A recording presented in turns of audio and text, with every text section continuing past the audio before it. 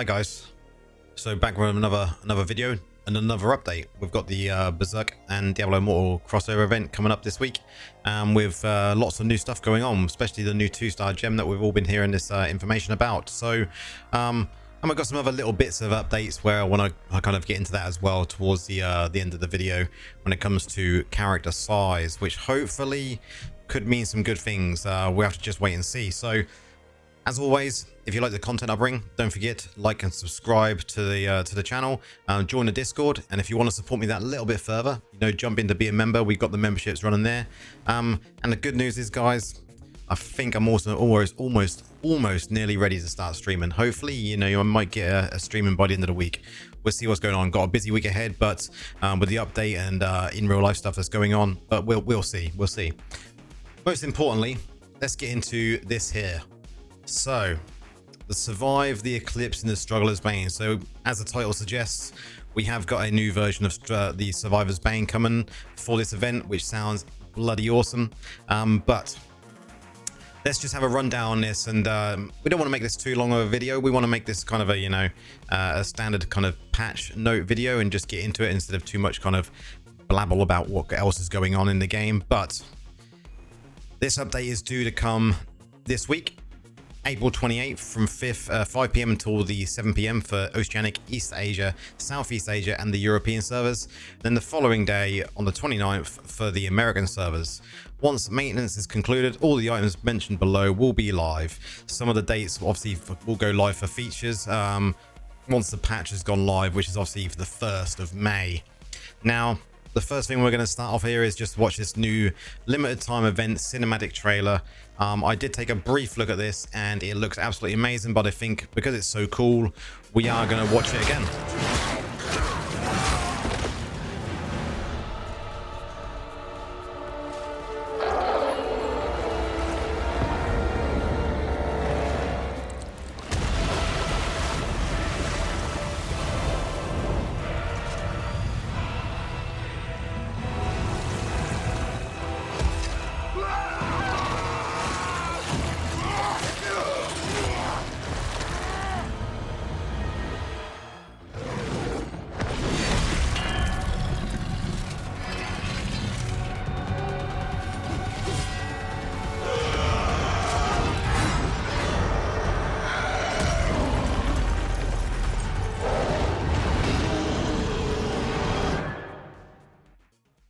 Oh wow, this trailer is probably one of the best ones I've seen for a while when it comes to cinematic trailers.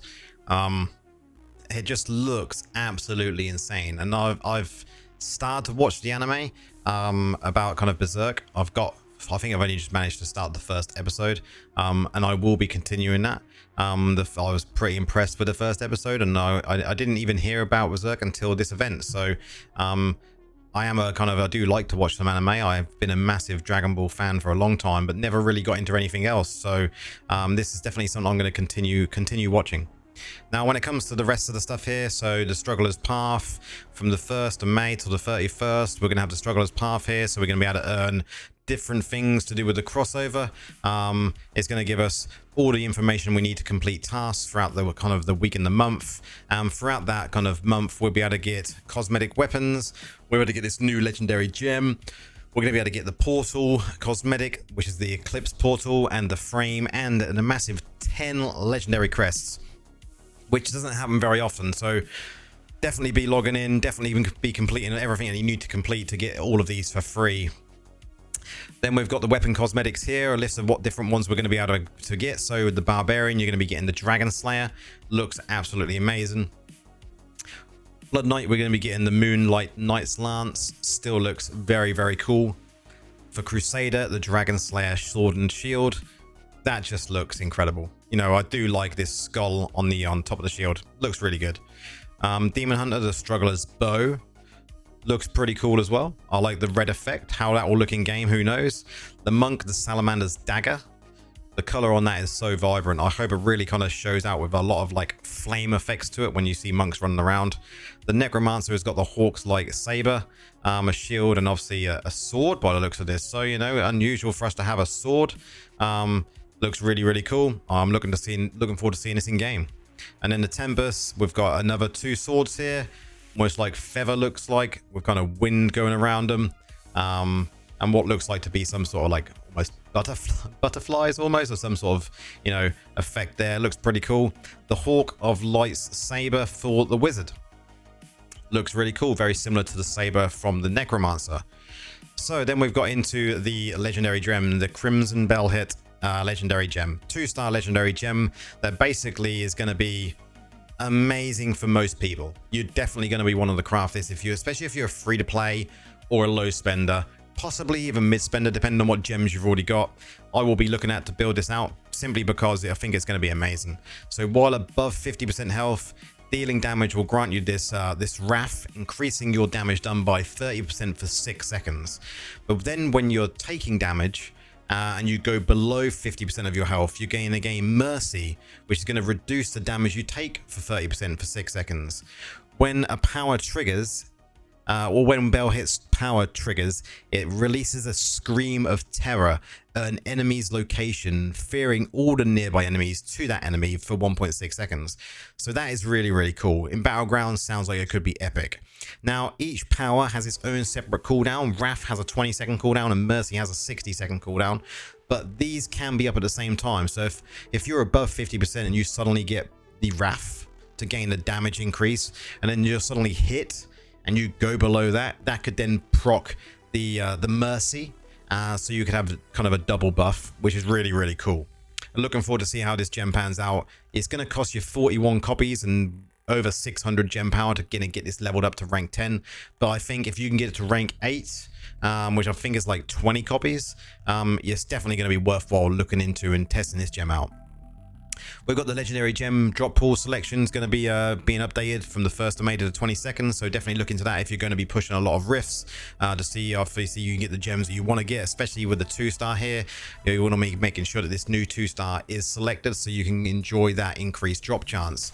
Now we've got these new familiars, or cosmetic for familiars, I don't know, but reading this, it basically says on here, you will soon have the opportunity to obtain these unique familiar skins which give you your familiar the look of these earthen companions. So it sounds like it's a skin, but then when you read the next line, it states, while the struggler's path is active, your first summon familiar is guaranteed to be this golem.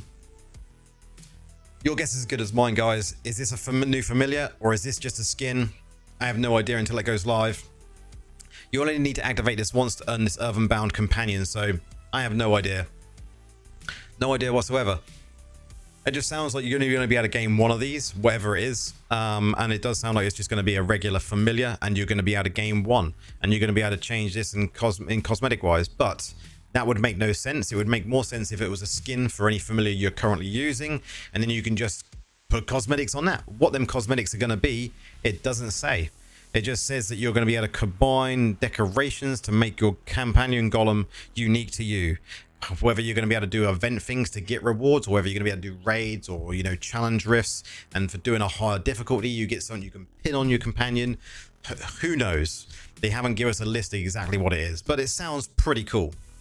You've then got the new Struggler's Bane, which is going to be very kind of focused on the eclipse from obviously Berserk. You get this eclipse every other minute, I believe it is, where there's going to be new enemies and you've just got to survive, and it's going to have a new boss at the end.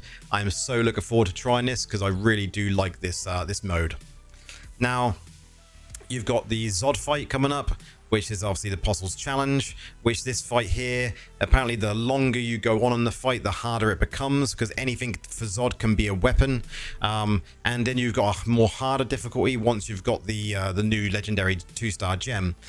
So this is very similar to how the Lich King fight was, where you have to collect these things to activate the fight, but you only need one per party. So if you're going in the group of 4, you only need one, which is really cool. I'm looking forward to doing this, and I hope the fight is actually difficult.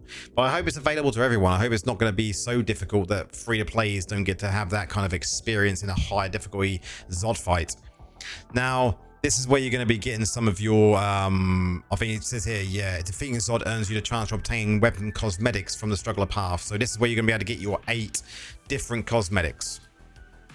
Then we have the new Phantom Markets. We've got 2 of these. You've got the Berserk armor here, which does look pretty cool.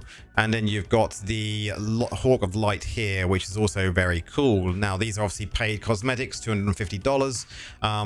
I won't be going for either of these this time round. I do like the looks of them, but yeah, not for Necro, to be honest. Now, when it comes to other things, we've got the Matron's Retribution coming from the 1st to the 31st, where you're going to be able to get all these sorts of rewards for just doing daily events, just like we would normally do in any other month.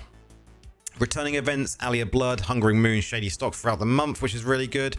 And we do have Winds of Fortunes running from the first week on here, so watch out for when you activate that. Obviously, make sure you want to do it probably at the very last day on the Sunday. When it comes to looking at dates, let's just have a look here. So it's probably going to be best to activate this on the 4th, so you can then get the more gems, and then keep it so you then do it on the Monday as well, so then you can get gems for that week really quick. That is kind of the way I will be doing it. That's how I do always do it. So then we've got Battle Pass 39. Now these look really cool. I don't know, tell me your opinions in the chat or in the comments, guys, about these, because these look really cool. I like the look of these. And these actually look like an in-game image as well. It doesn't look like just like from a video we'd normally get. This looks pretty cool. Let me know of your thoughts. This is going to be available from the 8th of May, consisting of the normal 40 ranks of the same sort of rewards. So absolutely cool. We've got some dungeon affixes coming. Now, this is kind of something I wanted to get into because there's not many changes on here, but I think some of them are important. So the Disruptive Portal with Butcher's health has been reduced. Has anyone else noticed that he spawns so much more now? Like, we had him like in 4 or 5 dungeons in a row the other night, and it was absolutely insane. And I'm glad they're going to reduce his health, because I think he's got like in challenge dungeons, obviously this is obviously in challenge dungeons, he's got like 83 or 85 million health, something like that, which I just think, yeah, it doesn't need to be that much in a challenge dungeon when it's just a random portal that shows up. Now, Electric, the cooldown is increased, so the effect occurs less frequency. There's now a 1-second delay after being marked before you can damage one another. I think that's fair enough. Chains, the cooldown is increased, so the effect occurs less frequently again.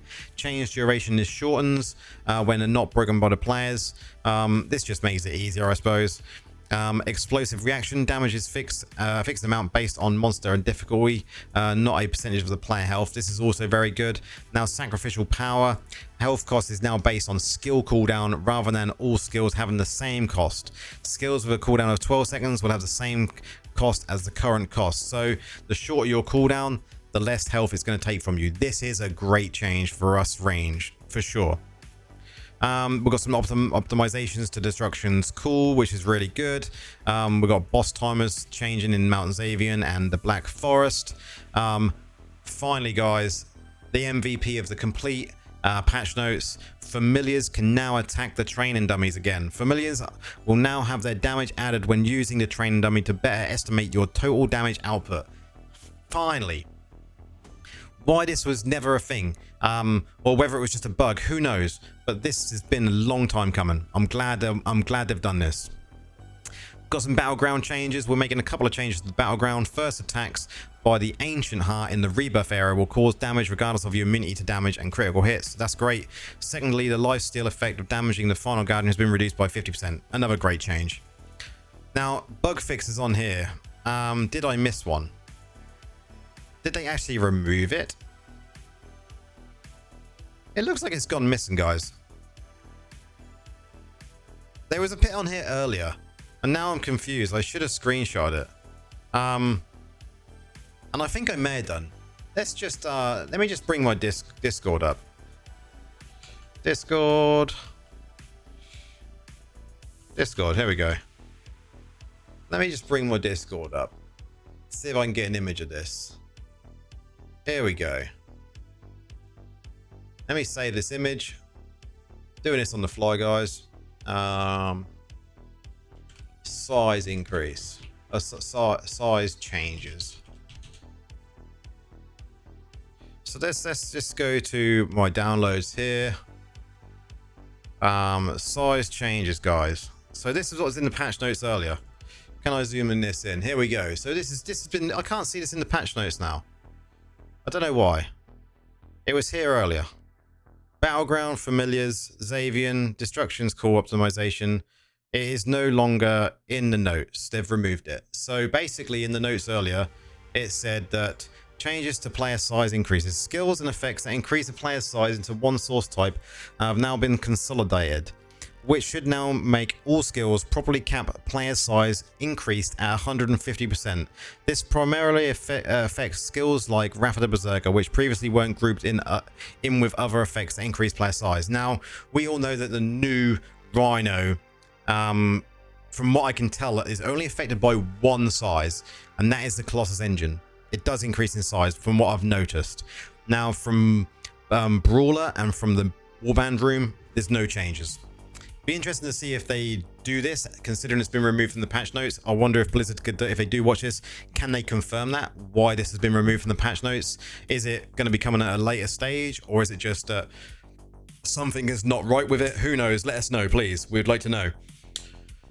But other than that, guys, that is the complete patch notes. You've seen it all. Lots of good things coming. I think it's going to be a great patch, great fun with this new gem. I want to hear everyone's opinion on it when they get it.